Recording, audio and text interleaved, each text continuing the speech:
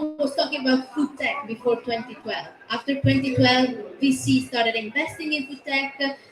Any kind of keyword related to food, future of proteins, battles against plastic, drones, sensors, delivery, whatever. Everyone was super excited on food tech to solve global challenges. And when we started 2012, let's say a year in which we were very fascinated and we started working with the Institute for the Future in Palo Alto. And this was the map that we published in 2013, featuring the most amazing innovation that we were seeing as something that could really change the world of food. In 2013, we were talking about reorganizing distribution, changing the way we are producing, future of proteins. If you see also the startup that were featured, we're talking about beyond food, beyond meat. Projects that in the last years have been doing the most successful IPOs and that actually are the reality of what it is, the world of food innovation up to date. In 2013, we were understanding those weak signals and featuring those seeds of disruption. But right after, in 2014, always with the Institute for the Future, we started understanding that food was really the nexus of society and that working in food was not just about technology, that working in food was not just about VC investment and so on, but working in food was connected with designing better governance, understanding what's the management of the city and how food can become really a tool to heal the society, to break cultural barriers and to, let's say, start to build bridges, celebrating culture, but overall understanding that food is really one of the pillars to, say, create injection into the economy. So really it was a great opportunity that everyone had in his hand. So for the first time, we started working, understanding food from an holistic perspective, and this, of course, drove us to 2015. That again was a very critical year for all of us because in 2015 we were not feeling any more aliens. In 2015, the entire planet, thanks to all of these things that happened, started really understanding that what we're talking about inside those kind of events was something that was touching everyone and that actually everyone from kids to elderly people to rich to poor, everyone should take action. Of course, since 2015 up today, many things has changed and now we're understanding how critical is timing and how fast we have to go. But let's say food probably is the easiest starting point because when people understand how much food is strictly interconnected with every single SDG, everyone thinks that it can take action. Every sector can impact the food industry in some way, and every decision we are taking as consumers can have an impact. So we started in 2015 connecting all the different SDGs and understanding that through food we could actually redesign better governance, better organization, and better society. Really starting connecting food with digital, with culture, and starting acting on designing climate smart ecosystems, redesigning policies for agriculture, starting on food identities, celebrating food identities, but also not just talking about circular economy, but circular living, how we have to change completely our mindset. And later on, we're going to talk with Professor Stephen Finn about that a lot. And then the role of food in diplomacy. Of course, now under the Ukrainian crisis, we are strongly understanding, everyone is understanding how much food is connected with diplomatic issues as well as it is energy. And the fact that food and the food sector is the largest employer in the planet and is a strong engine for building prosperity at every level. So when we started, we wanted to support and nudge the food system transformation, understanding that the design thinking approach that is very much anthropocentric, very much focused on the needs of humans, was not enough anymore. And so we started understanding that we had to study solutions that could involve planetary boundaries and the planet in every innovation process. If we're talking about new products, new services, or also new policies. And this is what we have been doing.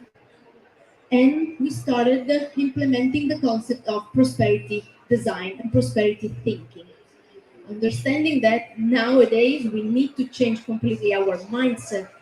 We need to think about ecology in a different way, in an integral way, touching all the different hotspots of ecology, thinking about the political action, of course, the economical action, but also human and social perspectives are very important, but also the cultural pillar and the environmental pillar, all the six of them must be always in balance. And of course, we need to redesign structures, decentralized system, distributed system.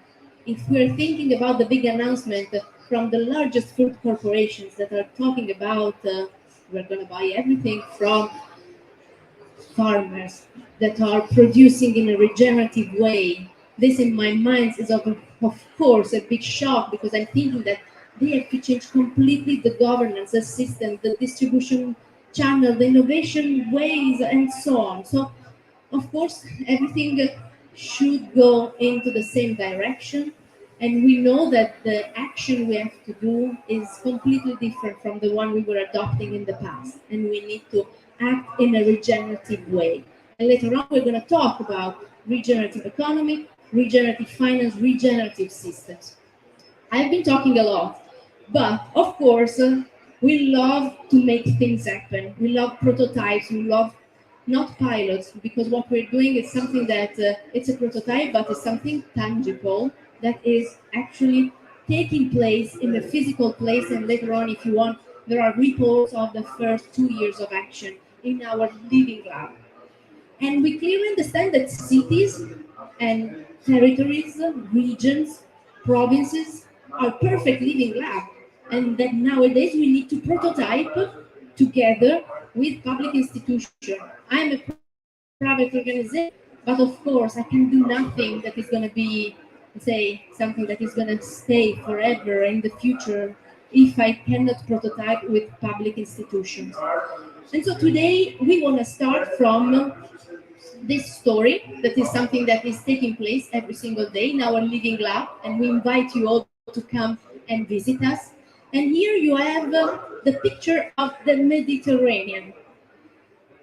In the middle of the Mediterranean, you have the city of Polica, a very tiny little village. Those cities are the seven emblematic communities of the Mediterranean diet. And within the framework of the Mediterranean diet, that is a UNESCO heritage, we have been developing, let's say, a platform, a system, a methodology to develop the entire process of regeneration from the cultural, economical, environmental perspective.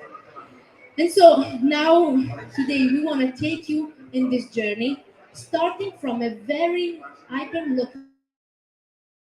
localized exists the tiny city of Polica in the Mediterranean.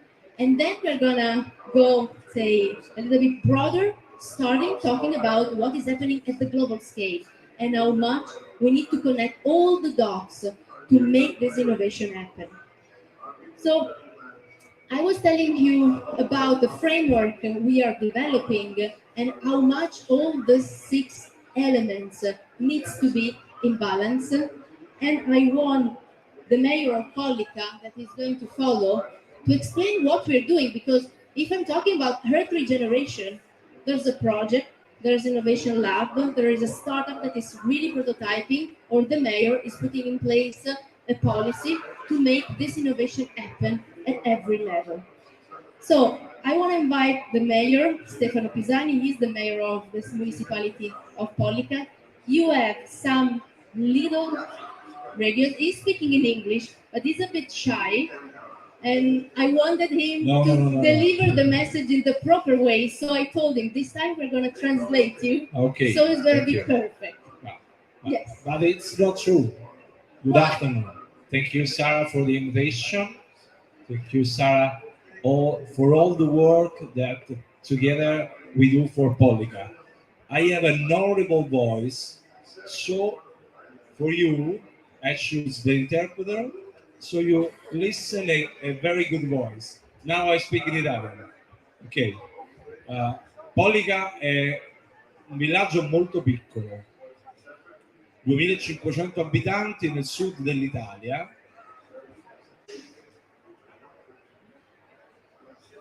Everything go ok. In un'area protetta, in un parco nazionale. Vedete delle immagini, queste sono le azioni che stiamo ponendo in campo. Il lavoro che insieme a Sara stiamo cercando di fare per la nostra oramai comunità è quello di recuperare tutte le risorse dormienti che nel tempo si sono accumulate e farle diventare i nuovi strumenti per il futuro, per garantire a quella comunità e a tutte le comunità che condivideranno l'approccio una via diversa, sostenibile, ma non è abbastanza. Una nuova via per il futuro che garantisca un equilibrio con il nostro pianeta, con quello che abbiamo intorno, con l'ambiente.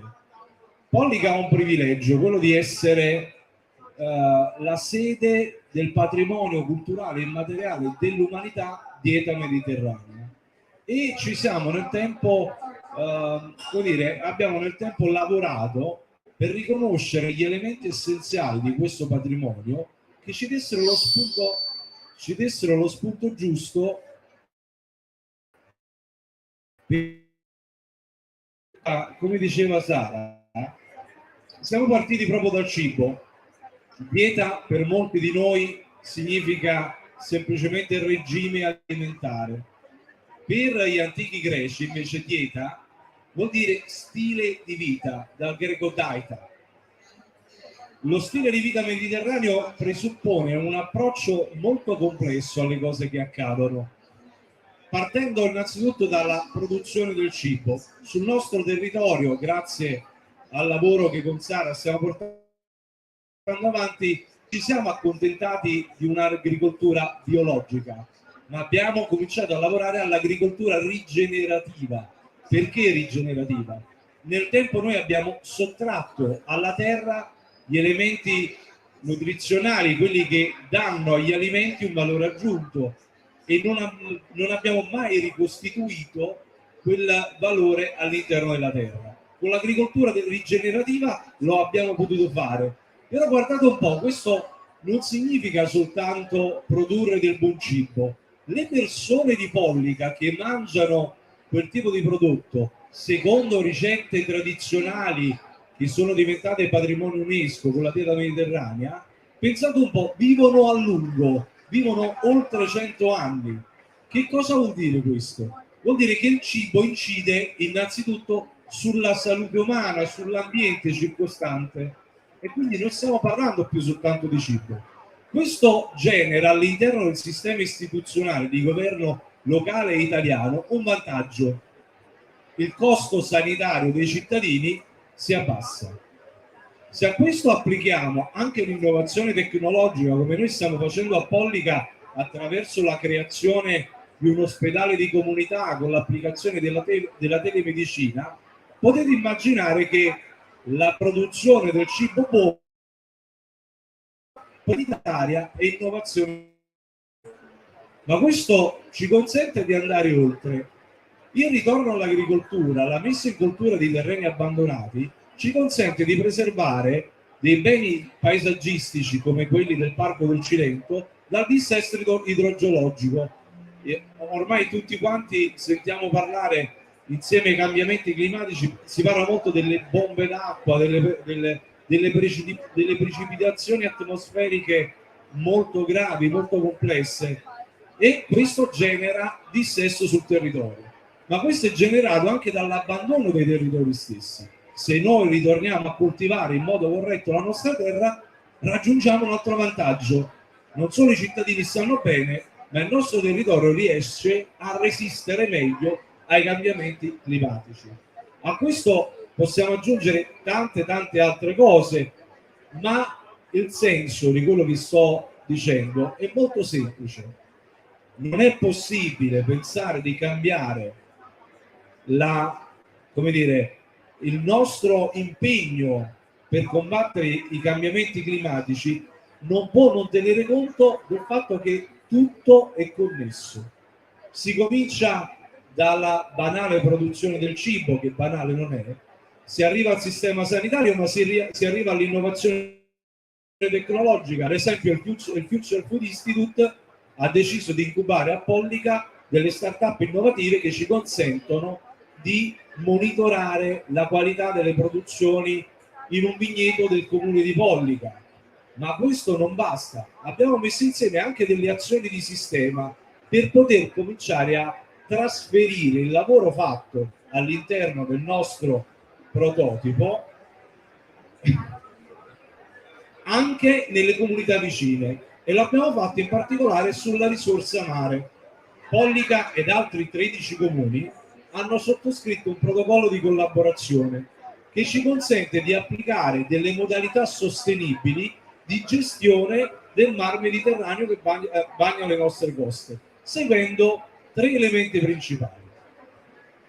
La pesca sui nostri territori, la pesca sostenibile, quella tradizionale, sta scomparendo, stiamo perdendo cittadini e quindi abbiamo innanzitutto la necessità di diversificare il reddito delle persone che lavorano nel settore della pesca, e abbiamo immaginato che i pescatori non fossero più soltanto, come dire, i contadini del mare, quelli che prendono i pesci dal mare, ma divengono custodi del mare. Ad esempio a Pollica i pescatori raccolgono i rifiuti plastici in mare, che poi vengono differenziati e vengono riutilizzati. Questo però è un'azione che deve diventare di sistema, quindi per tutti i 14 comuni. Però il pescatore deve fare anche altro. I nostri pescatori diventeranno a brevissimo dei ricercatori. Immaginate delle persone normali che durante il loro lavoro di pescatore riescono ad aiutare la ricerca scientifica a comprendere che cosa accade al mare. Perché è molto importante? Molto spesso quando si fanno delle scelte politiche, normative, strategiche sul tema mare, non si hanno abbastanza dati o monitoraggi costanti della risorsa mare in grado di avere delle scelte strategiche corrette. Noi vogliamo superare questo handicap per andare oltre. Ma un altro, vi racconto l'ultimo pezzo, poi chiudo. Un altro pezzo molto importante del mare è la capacità del mare di trattenere la CO2, quindi riesce a garantire un beneficio netto a favore dell'ambiente. E uno dei pezzi più importanti è la Posidonia oceanica, le alghe.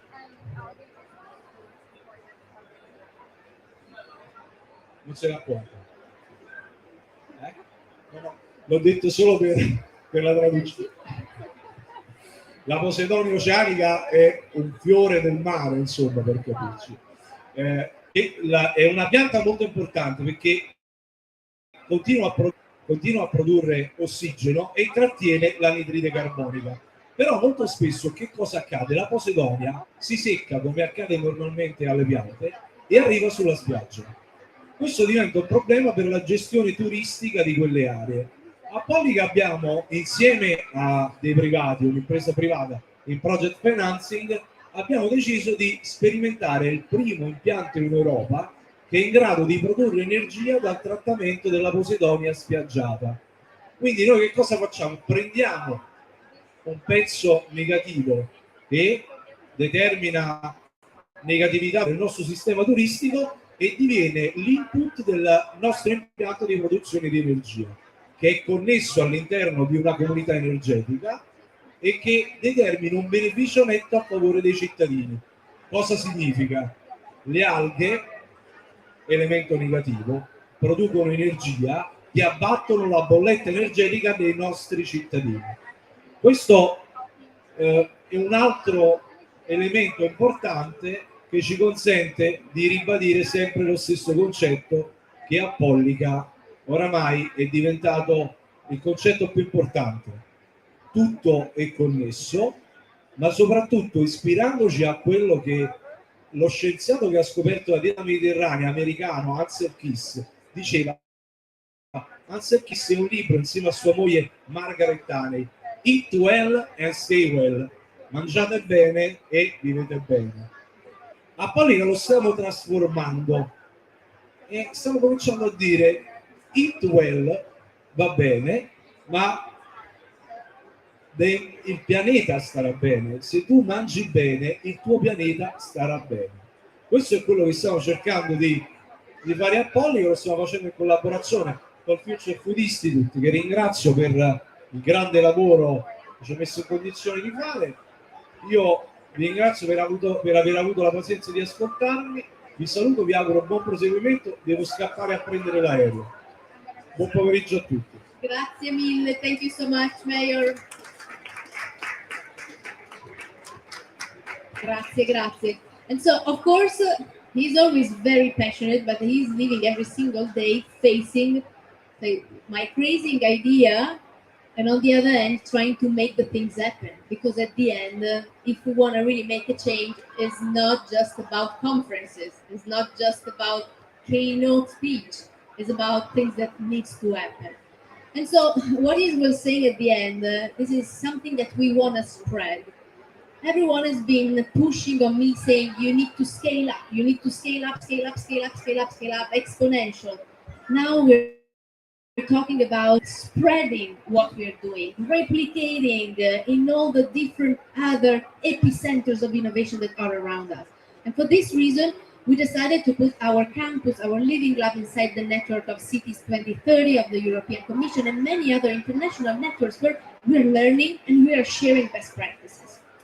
Now, we started from the very narrow example in the heart of Mediterranean. Now, I want to invite our second guest, Mr. Kyle Davis from Enel, and I would love to debate with him, starting from a different perspective. Because, of course, we have been sharing a very narrow single example. We can say it. And let's say your background is always to deal with institution, but from the perspective of a very, very important company, probably the world leaders in green energies. On the other hand, dealing with administrations, regions, State Department, and so on. We have been hearing the voice and the passion of a mayor, but on the other hand, there are people within organizations that need to design things, design process, and make things happen. So we are working with Enel, and we love how Enel is really putting in place this transition in the sector. On the other hand, I really would love to start to hear from your voice what you have been seeing happening from 2015 up to today, and from where to start when we have to design at the systemic level.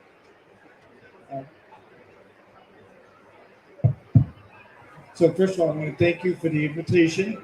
For those of you, let me just introduce myself. Kyle Davis with the Enel's North American Washington, D.C. office.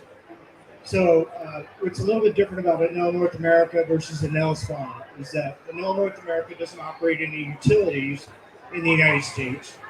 But we take the experience that we've learned from operating those utilities and we share them with local communities in the United States. So what I thought I'd talk about today, and I was really struggling with how to present a lot of information in a short amount of time. So I ended up deciding that I'd break it up into basically 3 buckets. The first bucket, I just want to give you a sense of what's happening, what's the conversation, how are the communities reacting. The second bucket is really sort of an acknowledgement of the U.S. politics right now and the struggle that we have to try and get any type of overarching federal policy. And then what I thought I'd close out with is just with a few examples at the very end of what we're doing in North America. So on the issue of circular economy and trying to close the loop on the food, water, energy nexus, what we're seeing in the United States is a conversation that's expanding beyond just the major coastal cities. Now, the major coastal cities were the ones, New York City, Miami, what have you, were very interested in this concept early on because they were most fearful of the consequence of global climate change. They had immediate concerns about sea level rise, storm surge, things of that nature. So those cities have been exploring these types of subjects for a while now. But what we're seeing is that as the consequences of global climate change and the changes in weather patterns, we're seeing a broadening of interest in this subject. And so that's where Enel comes in. We're starting to talk to inner cities. We're talking to communities in the Midwest. We're talking to communities in Mountain West that are having serious problems with, for example, increased precipitation triggered by global climate change. They're dealing with infrastructure that was built 100 years ago and designed for a certain type of precipitation that has dramatically changed over the last 20 years or so.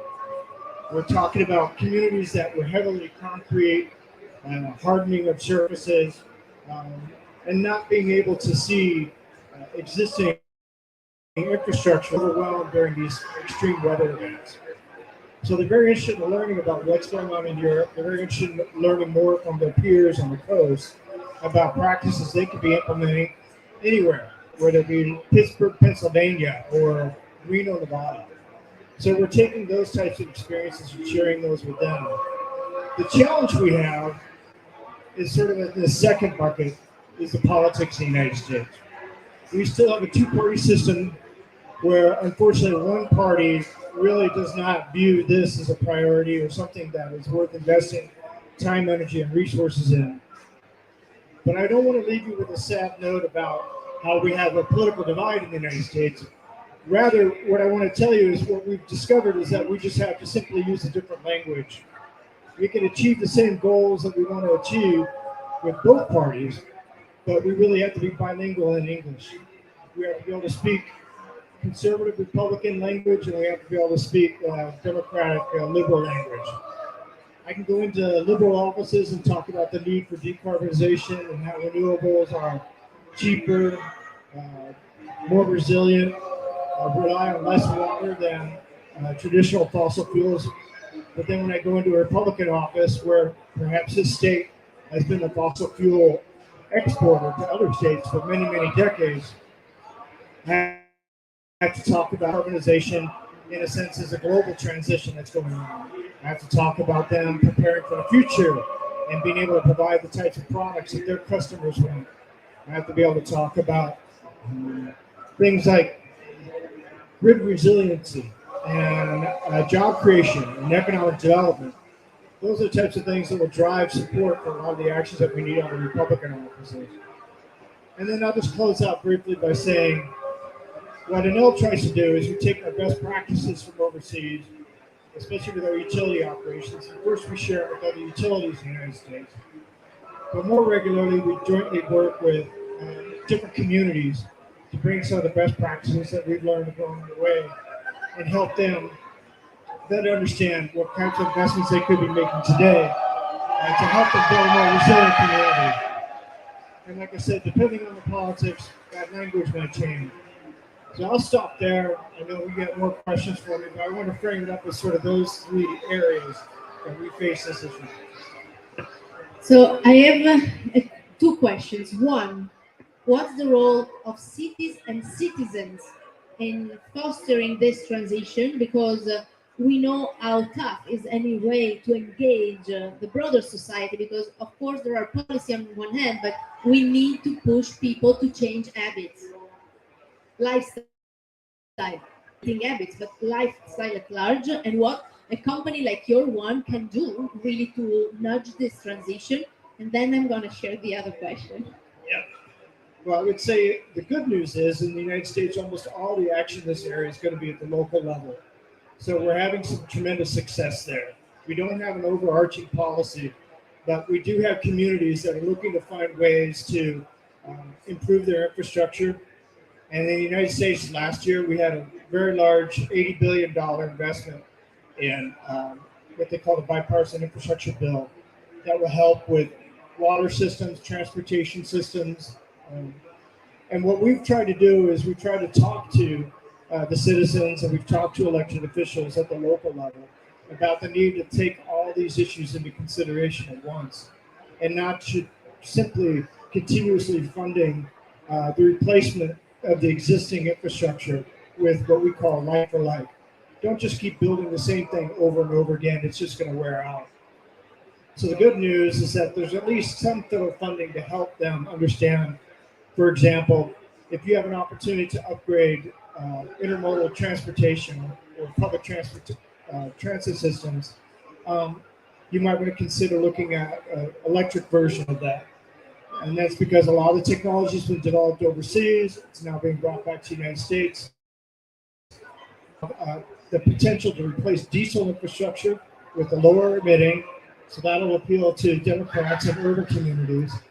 It'll have less exposure or release of toxic emissions, especially particulates, to the local pedestrians and local community where the transit systems operate. But it also has the opportunity to reduce the transit agency's economic costs. We want to be able to show them that electrification is going to be cheaper to operate than a lot of the fossil fuels. You have deferred maintenance, that you don't have to go in and operate these vehicles and then have to shut them down to do routine maintenance as frequently as you would have to do otherwise. And the way we've been able to do that is by working directly with local communities and local stakeholders, by sharing information of best practices from similar projects overseas or elsewhere, and explaining that this is something that can become the norm in the United States. We've been very happy about a program that we've supported for a long time, and that's the electrification of school buses in the United States. And that program has just received about $5 billion in infusion, and we have over 385 school districts across the United States, a number of which Enel is working with to phase out traditional diesel buses and replace them with electric school buses. Not only will it achieve all those benefits that I was talking about, but during good chunks of the day, when those vehicles just sit idle because they're only used in the mornings, they're only used in the afternoon, now you can start to plug them into the grid and you can provide grid services. So that's another aspect of circular economy, that we find additional uses for assets that otherwise are sitting underutilized day in and day out. So I guess the way I put it is working with local stakeholders, local communities, providing that education, that information about what's going on globally, bringing that back as a potential local story, and then working with them to try and get the resources they need to be able to do these types of projects. Thank you. Last question. We've been talking about the role of citizens, the role of cities. What's the role of agriculture? Because we know that nowadays energy and agriculture, energy and food are strictly interconnected. And of course, I'm talking from the perspective of Italy. It is, of course, a tiny country, but surrounded by tons of agricultural lands, and our cities are surrounded by our peri-urban agricultural infrastructure, let's say. But we're talking about, for sure, a huge sector in which energy and feeding the planet and energy for life are absolutely interconnected. Well, we could spend quite a bit of time talking about U.S. agriculture policy and trying to figure out how to tackle that. I can tell you one of the consequences of big agriculture in the United States has been the hollowing out of rural communities. The consolidation, the family farmer really doesn't exist anymore. It's very much of an industrial process. So there's a couple different ways to kind of think about this challenge. One is just dealing with what you have, which is industrial agriculture. And that is, how do you decarbonize that? How do you reduce their impact? And there's a lot of opportunities there, opportunities for fuel substitution, obviously, where you can electrify farm equipment. There's going to be opportunities for fuel substitution and the development of things like fertilizers and ammonia with hydrogen, ideally green hydrogen produced from wind and solar. But the other big challenge is, how do we reinvigorate those rural communities? How do we revive that culture? How do we keep those communities from continuing to shrink, which has been a big problem in the United States? And there's a multifaceted approach. I mean, I'm proud to say that one of the big efforts that Enel does in North America is we build utility-scale renewable energy projects, large-scale wind solar projects, almost all of which are going to be in rural communities that are in pretty steep decline. And with those large-scale renewable projects, you're starting to see an influx into those local communities that they haven't seen in decades. You're seeing high schools that were built 50 years ago suddenly being able to be rebuilt, which is so critically important because those communities haven't had new school books, new school facilities, internet. But with those large renewable energy projects coming to those communities, they're getting a steady revenue base that's helping pay for the upgrade of the community. And I'll get to your point about agriculture. If we can help those communities become more reinvigorated, what we're seeing, and then, by the way, we also have good paying jobs with those renewable energy projects that are built in those rural communities. If we can reinvigorate those communities, if we can give them an economic lifeline with some of these large projects, we're seeing that the young people are willing to come back and live in those communities. And oftentimes what we're seeing is a lot of those young people who come back, they get really interested in what it was that their parents or their grandparents did. And so they like to take on ecologically based agriculture. And so what we're seeing is a lot of next generation folks who would normally have left those communities because everything had been devastated by large agriculture, and coming back with a reinvigorated community with some support in that community. They're bringing back some of those traditional agricultural techniques that have been missing in the United States for many, many years now. So what we've tried to do is not only support the local community with a large influx of the projects, but also to help find those businesses that can attract and keep the people back in the community, keep the young people especially back in the community. And a lot of that has to do with some of the more circular economy type thinking around agriculture and how we can continue to develop that. So. Thank you. We have been touching all the dots that afterwards we are gonna, let's say, connect with our three guests right after you. I have to thank Enel because actually what we're doing also in Italy is huge. Before that, the mayor didn't share that what we're doing in Polica now has been brought at the national level, and the energy project and the energy community that is building is becoming a national project that is sharing with the network of Italian mayors through ANCI, and he's working to make it as something that is going to be replicable now with the 300 little municipality of the region. But the aim is really to make it something that we can spread with the entire country. So company like yours one are critical and crucial to make our little prototype really meaningful and to spread them as we aim to do. So thank you so much for the work you're doing. Thank you. And I have to say, we do take the information from your program and we are sharing it with local communities when we talk to them about opportunities around the circular economy, especially in the United States. So your influence has already gone global. Okay, thank you. Wow, I'm proud of that. Thank you so much. Thank you. And now I want to invite on stage three other friends.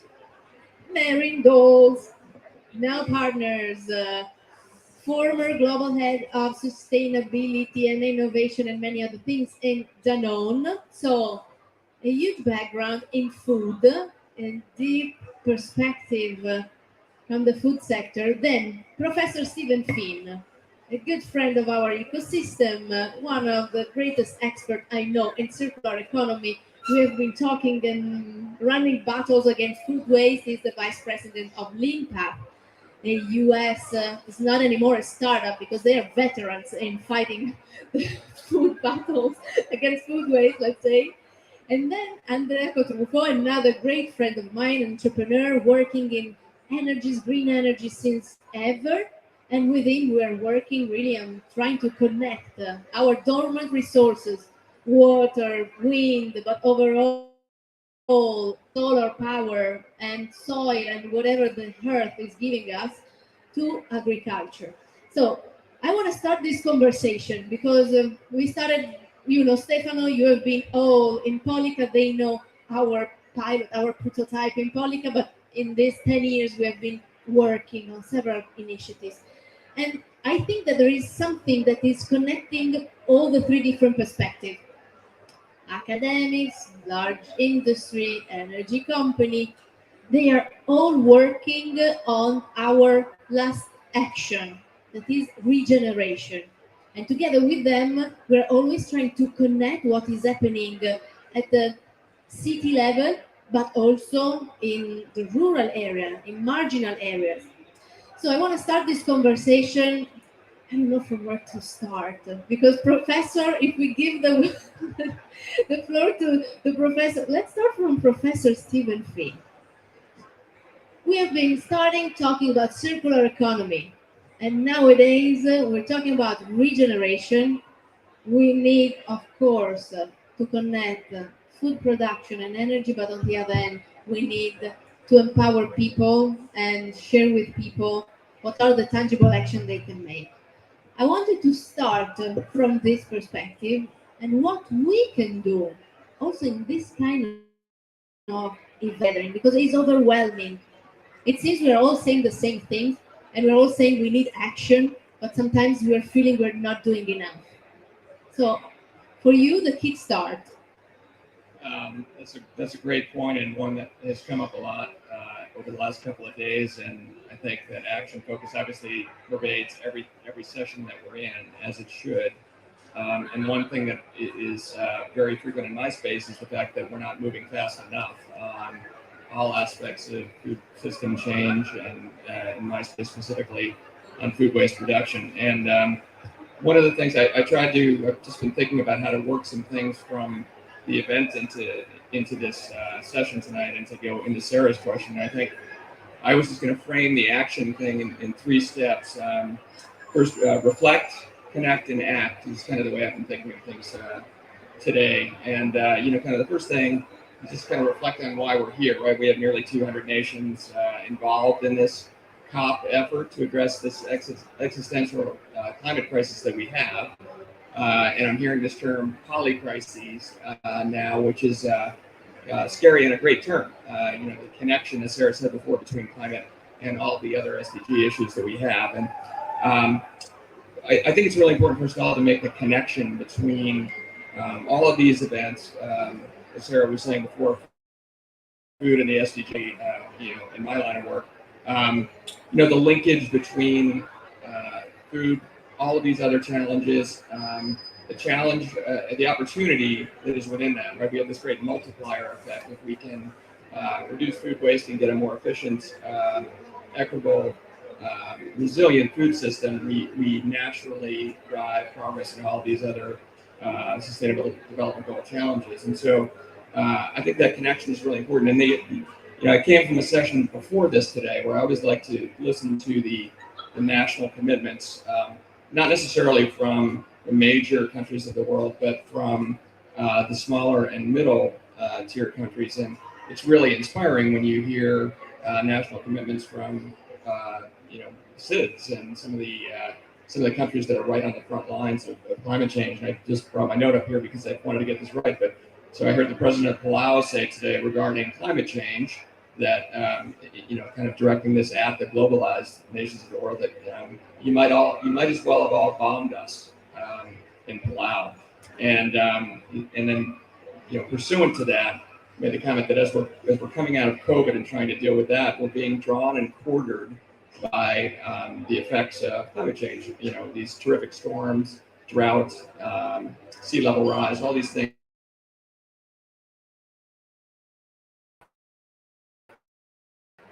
The connection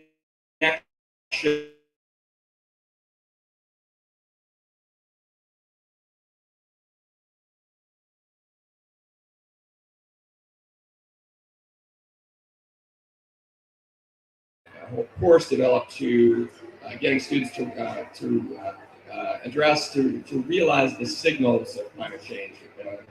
To really think about the drivers behind them, really reflect deeply on them, and then to think about action. How can they lead change? How can they become an influencer from that knowledge, from those connections? So I'm sure we'll get into it more, but I think so much of this is all about not bypassing the difficulty of these challenges, not kind of looking away from them, but when you recognize these signals, to really embrace the discomfort in them so that you can become an influencer to change the mindsets that we really need to do, both in our own personal circles, but in our work circles and those spheres where we have access to resources and we're collaborating with people to where we can help make sustainable development issues a priority for corporate strategy. So I think we'll get into it more, but that's sort of, for me, the crux of this, where we need to go on mindset change and changing our own behavior and then looking for ways to influence others.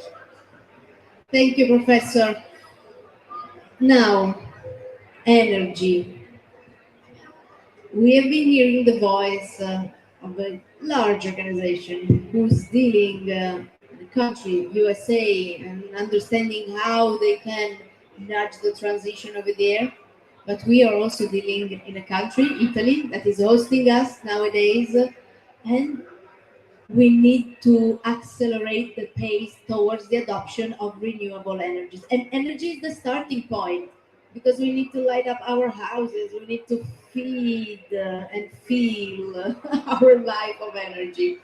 So I would love to start with you, Andrea, connecting all the dots. And I want to hear your perspective, because I know that everybody's talking about transition. Our Ministry of Environment in the last years was framing this transition as a critical thing, but I know that we need also to let people understand that there are other critical things that we need to take in consideration.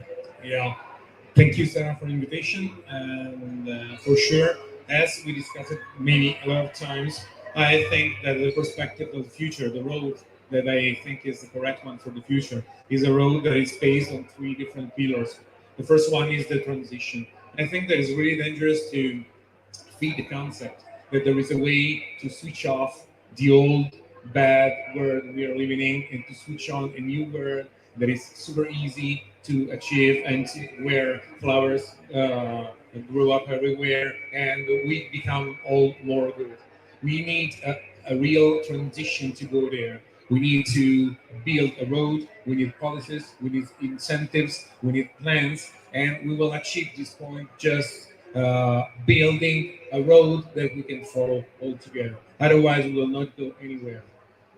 The second one is the reshape of the concept, probably of all the industries, and as we discussed before, the business related. Reshape means that every time that we imagine to build something, every time that we imagine to build a building, to build an industry, every time that we think to build an infrastructure, we must imagine to build the power source that will feed the infrastructure, the building, the industry, using the grid, using the big power plant just as a backup plant, just for interruptions of renewable energy that is part of their nature, and not as the baseline to feed the agri industries. We are lucky enough to have the grids that are like, we can imagine there are like nervous system in our countries, and that sooner or later will be all connected one to each other. So it's really important to understand that the decentralize the production of power and using this concept to like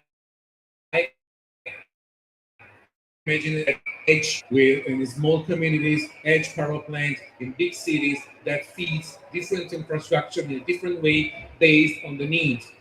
And even on this in this way, even the artificial intelligence is going in this way, because now the grids are smart grids that are able to be planned and are able to interact with artificial intelligence to give power in the correct moment, give power to the correct infrastructure, and that moment needs more, and not wasting energy like we're all used to in the last 40 years, probably due to the cost of power, and even because we didn't care about the pollution. And the last one is the global management of all the problems we have. Me and Sarah are colleagues in the G20, in the B20, that is the part of the G20 that takes care of the policies between governments and the private sector of the business. And we discussed a lot of time that there are flows all over the world that goes up and down without any kind of control or real control. Money, data, but we can have it. Sooner or later, energy will flow all over the world, globally, throughout the energy grid, and for sure the pollution is something that go out up and down from on the planet without any kind of control. Or we will imagine a world in which we will have policies that are strictly mandatory for all the governments that will manage global issues, or if there will be just recommendation, as we know a lot of, really well, that are the base of the work that we make institutionally. I don't think that we will achieve the point that we can imagine. It's interesting to see how the mindset that I would say I saw in a kind of a seed happening in finance with crypto, the centralized system, with energy, what you are doing, what the mayor was saying, but what we're talking about every single day, Mary. So Mary, of course, has spent 13 years, 17 years in one of the largest food companies, and in these years he has been inspiring all the innovators in the food system, try to think in a different way about food systems. And now he's working, trying to inspire the world of business and finance in thinking in a regenerative way. So I would love to also hear from you, because we have been talking a lot about how bad was the extractive way of thinking and how much we have to foster all that. But then we need to change fast and we need to bring with us all the big players. So I think that you can pretty easily connect the dots, and I would love to hear from you. Thank you, Sarah. If I listen to everything that's been said so far, um, what I find interesting is that we talk about regeneration, and fundamentally, everything that we see around us, the entire system that we are working with, it be the finance system, we all have a bank account, we all have a pension somewhere, we're all in finance, it be the food system, we all need energy. Everything is just a manifestation of the way we see the world and the way we relate to that world. And we can debate how long, but at least a couple of hundred years, and it's been vastly accelerated in the last 100 years, we've started to look at that world as if we were the dominant species at the center and the world was just one big clockwork. And so we could manage the clockwork, we could manage the complexity within it, and we needed to dominate that complexity. And you can see that within the food system, but I think you can see that in an energy grid and in all other systems. So fundamentally, when we want to change the way that we design, we want to change the way that these merge, we need to change the way we relate to those products. Another beauty of food is that food is something that and Italy is a country that is much more in touch with this than my home country, the Netherlands, for example, relate to that food, because it is literally the earth that we are ingesting. It is literally that natural system that is giving us the energy, in a way, to run on.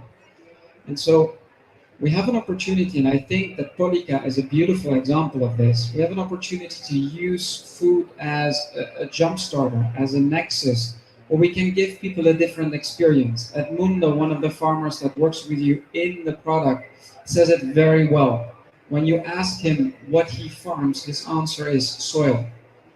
And I would add to soil, I would add communities. And the fact that he then gets beautiful produce is an added benefit. And what that expresses, that simple shift, is it expresses a different way of him relating to that land. And if we question whether that is scalable, then I actually literally just flew in from Sechem. And Sechem is actually an Egyptian-based example, where in 1977, Ibrahim Aboulesh came from Austria, started a farm in the middle of the desert, and now has built a community of 5,000 people that are living there, that are farming there in a biodynamic way, that have a food production facility, that make clothing and make fabric, but that also have a university, that have their own hospital system. They've literally created, and I think that's the other shift. Edmundo said, I'm farming soil. I think there's another thing, which is I'm farming a community. And that is really at the heart of it. And for me, the way we change this is by touching individuals. The way I've seen in my previous employer in Danone, the biggest change happening was not in a boardroom, it was not through numbers, it was not through PowerPoints. It was by bringing them onto that farm in Polica and actually having that conversation, seeing the composting barn, seeing the way he manages water. Because now what happened is we were no longer talking to their brain. Now what happened was we were talking to their heart and we were talking to their gut. And that is where your paradigm, that is where the difference between mechanistic and between human-centric thinking or between ecocentric thinking and communal thinking lives. It lives here. It doesn't live here. And so if we want to accelerate it, I think really the focus is on providing that opportunity, not telling people what to do, but providing the opportunity to have that lived experience. And with that lived experience, to your point, everything they will design, every innovation they will touch will start to express something different. And with that, we will see a different ecosystem, a different grid, a different system emerge. Thank you, thank you, thank you. Go. I know you want to talk. Just because you said, and I think it's really, I don't want to lose the chance to put the dots together, as you said before. Following what we are saying, I think that Polica is a great example because it's the perfect example of the integration of what should have been seen in the beginning, like the power producing was seen like the hell of the industries, the most polluting and so on. With Sana, we are working on the model of the agrivoltaic is a terrible word, but it's a technical word to say that there is a way to integrate the agriculture with the power producer, and can give the farmers a great chance to grow. Actually, it's just a way to build a power plant made of solar panel built on a frame with a tracker high enough to let the flow, the agricultural line, live downstairs normally without any kind of issue, and giving to the farmer the chance to have another income for their business that can give them the chance to shift from a normal way to produce food to the sustainable one that Sarah was telling. And it's the perfect philosophy, in my opinion, of what the world would look like in the future. The integration between two industries, the energy one with the host industry, and can give them both the chance to grow in a better way.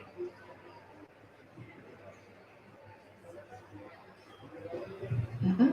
Yes, and we need examples. And I think that, say, nowadays we need example and we need models to replicate and to make sure that what we're doing can be done everywhere else.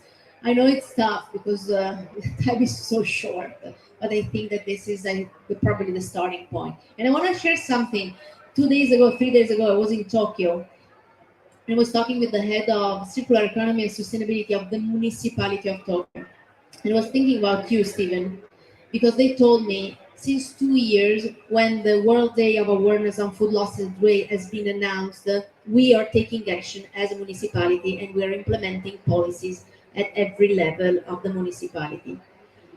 If this day is coming to life, is because 2 years ago, in 2019, with Professor Stephen Finn and with our climate shapers, we were at the United Nations, 19th of July, and we were there inspiring the ambassador at the permanent representative office at the United Nations sharing with them what was the critical issue of food loss and waste.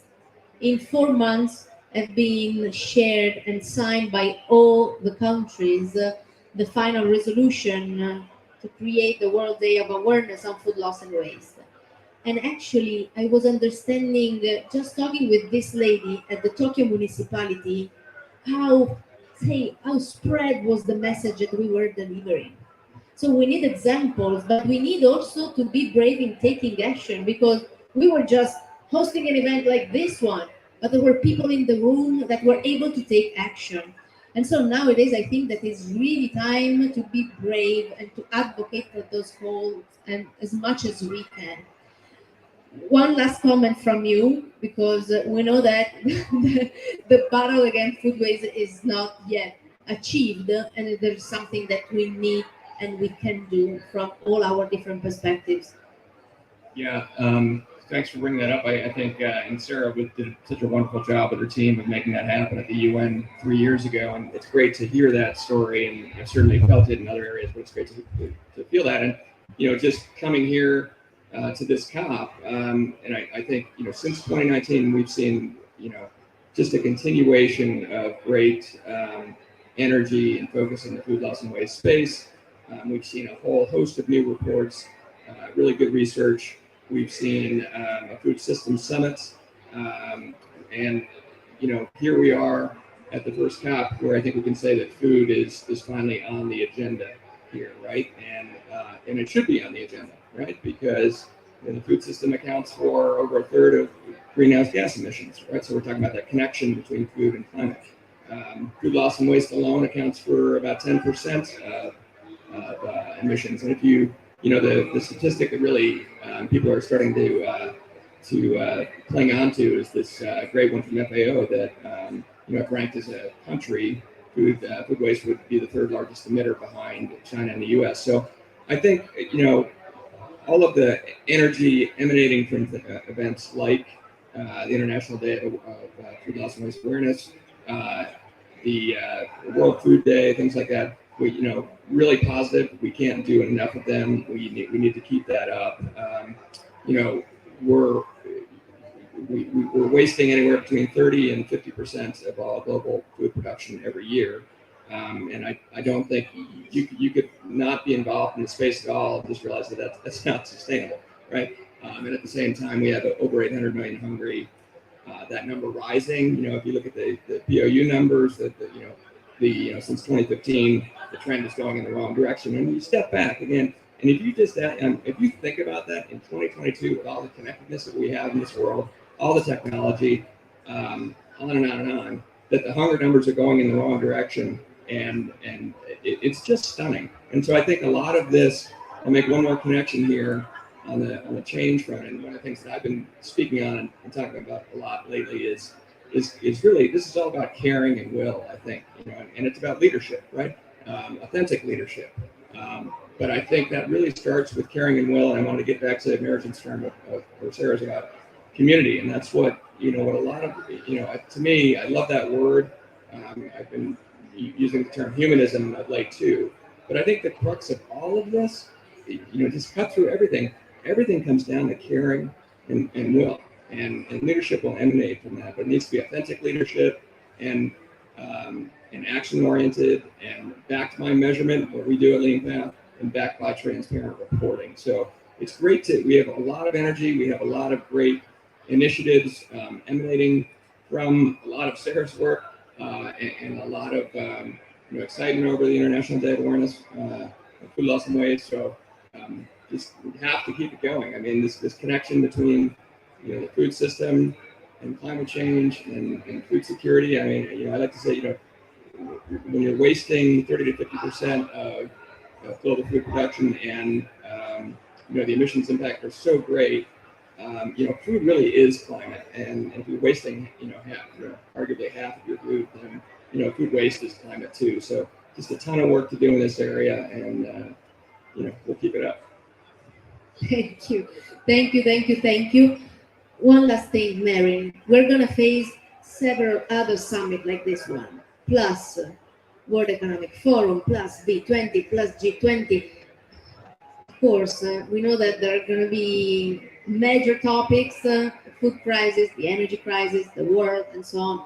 But we know that there is an underlying things happening, things that are starting talking not only about regenerative farming, not only about regenerative agriculture, energy, renewable energies, but regenerative finance, regenerative economy. And I know that you are pushing a lot on this direction. How do you see the next summit in the next future, and how do you see this movement growing? Because of course, maybe I'm more from the philanthropic point of view, but we know that there needs to be profit and make prosperity, because if not, all of our beautiful works are not going to take off and are not going to land in something that is not really tangible.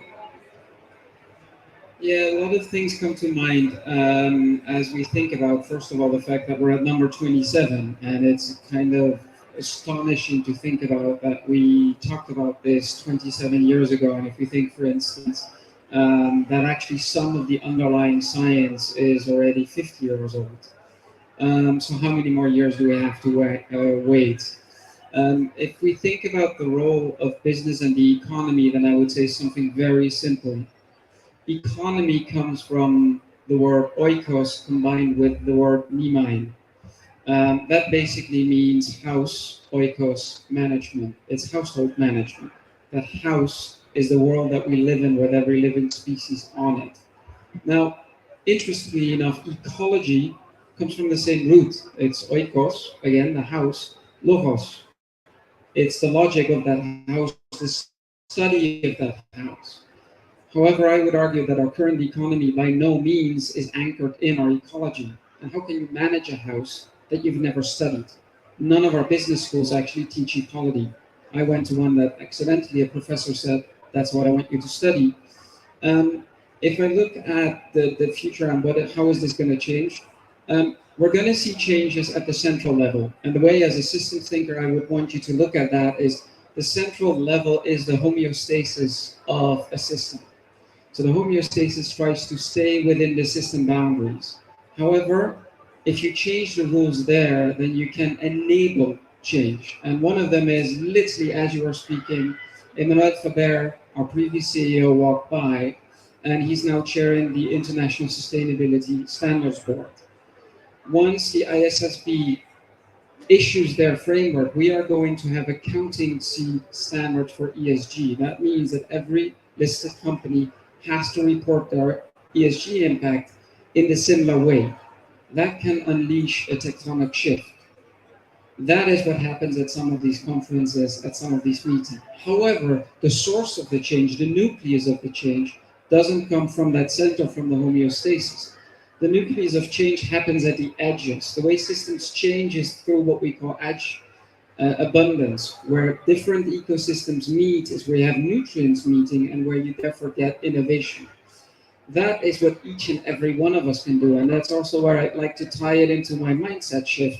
If you believe that the systems change through emergence, it also means that everybody has the ability to start innovate, because you don't necessarily need to change big. You don't need to change at the seat of power, but you can change anywhere within this that change that hits a positive feedback loop and starts to morph the system as a whole. Now, it's not exclusionary. You need to work on the homeostasis of the system. So yes, we need these kind of sessions. Yes, we need these kind of meetings, but we also need to empower that edge abundance, that response diversity at the edges. Yes, well said. Thank you so much. So, I thank you all for being part of this conversation. Actually, I feel some hope while I'm talking with you, so it's good and positive to share your perspective. And I want to invite Celeste on stage with me. Thank you so much for being with us. We are almost at the end of our conversation. And I wanted to end this journey with Celeste because she's one of our climate shapers. And while we're talking, I want to share a video because, of course, with Celeste, we have been doing some very interesting experiences. This is not the video of your bootcamp, but it's showing a little bit what we're doing with our youth. And while we're designing our bootcamps, we try always to put generations together because we strongly believe that in the last years we have been hearing a lot about youth. You see youth everywhere. There are youth buildings, youth pavilions, youth acting, youth singing. But sometimes we are all saying that it's under their shoulders what needs to happen. I strongly believe that we need to start to connect the dots between generations. And I wanted to end our conversation with Celeste because I would love you to share what you're thinking about what we were talking about. And on the other end, sharing actually what you have been doing in these years. Because from when you started, we've been following you and you have been empowered and you started making your impact through the projects you were running in your municipality, in your city, in your community, and now you are taking this as a professional career. Thank you, Sarah. Actually, I'm very excited to be here because I've started with Sarah in 2019. I'm a very big affectionate about Food Institute because they have brought me to a lot of different places from Tokyo to Ireland to Sicily, and I've been experiencing what Sarah was saying. So food is really what connects us all. And I have seen it in the very different communities from all around the world. There, I had the opportunity of being inspired, and you have been talking a lot about inspiration, youth empowerment, and that's something that really changes our lives.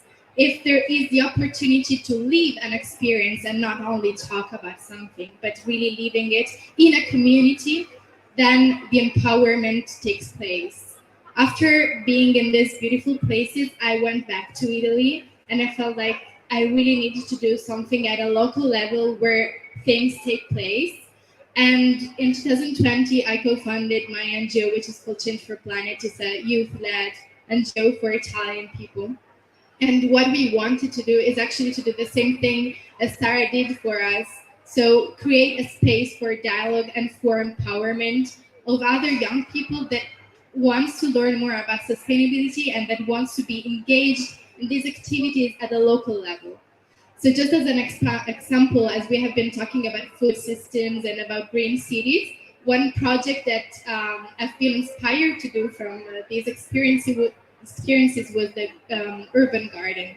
We've been talking about how to engage people, how to engage on this very complicated food systems and sustainability. So we kind of questioned ourselves on how we can do it in a very emotional way through an experience. So we created this urban garden in Florence in a kind of urban area, and we created a space of connection. So we invited people of the area to cultivate with us, to understand what it means to cultivate sustainably and to grow food. And this has been a very powerful experience, as we have seen that people really took home a value, not only knowledge, but a value through the experience that we offered. So I really think that the projects that Food Institute is running is very important because youth empowerment can be real through this kind of experiences. Yeah, I think that it's people empowerment because we need to learn how to work together. Yeah. It's not just our responsibility or your responsibility. We really need to join forces and have more young people in board or leadership environment because you are a source not only of inspiration, but of course there's a peer connection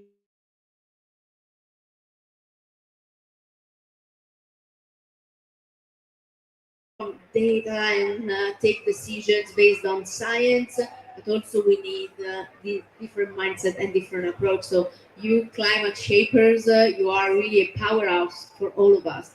And we need to work together more and more. So it's amazing to see you and your team around the COP and keep going, doing what you're doing.